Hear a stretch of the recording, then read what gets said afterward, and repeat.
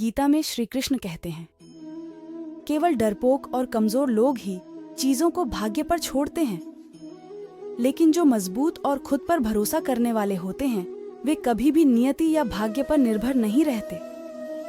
गीता के अनुसार सिर्फ दिखावे के लिए अच्छा मत बनो।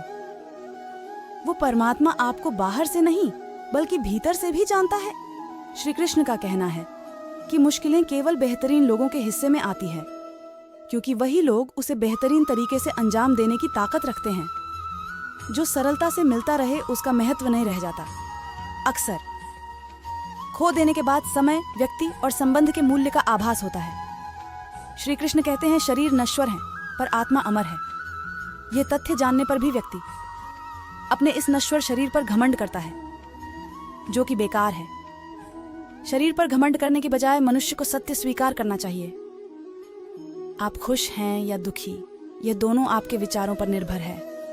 अगर आप प्रसन्न रहना चाहते हैं तो आप हर हाल में प्रसन्न ही रहेंगे। अगर आप नकारात्मक विचार लाते हैं तो आप दुखी ही होंगे। विचार ही हर व्यक्ति का शत्रु और मित्र होता है।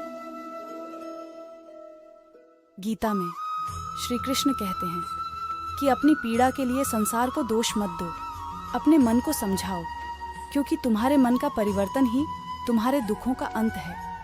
गीता में लिखा है कि क्रोध तब पुण्य बन जाता है जब वह धर्म और मर्यादा के लिए किया जाए, और सहनशीलता तब पाप बन जाती है जब वह धर्म और मर्यादा को बचा ना पाए।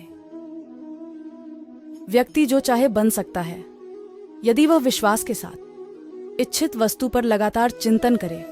जो अपने कर्म के फल के प्रति आसक्ति को नहीं छोड़ सकते वे मार्ग से कोसों दूर हैं। अपनी इच्छा की शक्ति से अपने आप को नया आकार दें। अपने आप को कभी भी स्व इच्छा से नीचा न होने दें। इच्छा ही आत्मा की एकमात्र मित्र है और इच्छा ही आत्मा की एकमात्र शत्रु है। जिन्होंने खुद को जीत लिया है उनके लिए इच्छा एक मित्र है, लेकिन यह उन लोगों का दुश्मन है जिन्होंने अपने भीतर आत्मा को नहीं पाया है। निर्माण केवल पहले से मौजूद चीजों का प्रक्षेपण है। उससे मत डरो जो वास्तविक नहीं है, न कभी था न कभी होगा। जो वास्तविक है वो हमेशा था और उसे कभी नष्ट नहीं किया जा सकता। जन्म लेने वाले के लिए मृत्यु उतनी ही निश्चित है जितना कि मृत्यु होने वाले के लिए। जन्म लेना इसीलिए जो अपरिहार्य है उस पर शोक मत करो। जो मन को नियंत्रित नहीं करते उनके लिए वह शत्रु के समान कार्य करता है।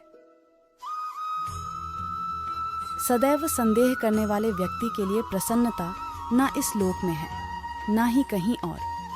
मन की गतिविधियों, होश, श्वास और भावनाओं के माध्यम से भगवान की शक्ति सदा तुम्हारे साथ है और लगातार तुम्हें बस एक साधन की तरह प्रयोग करके सभी कार्य कर रही है।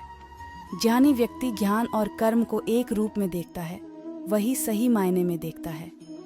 प्रबुद्ध व्यक्ति के लिए गंदगी का ढेर, पत्थर और सोना सभी एक समान है।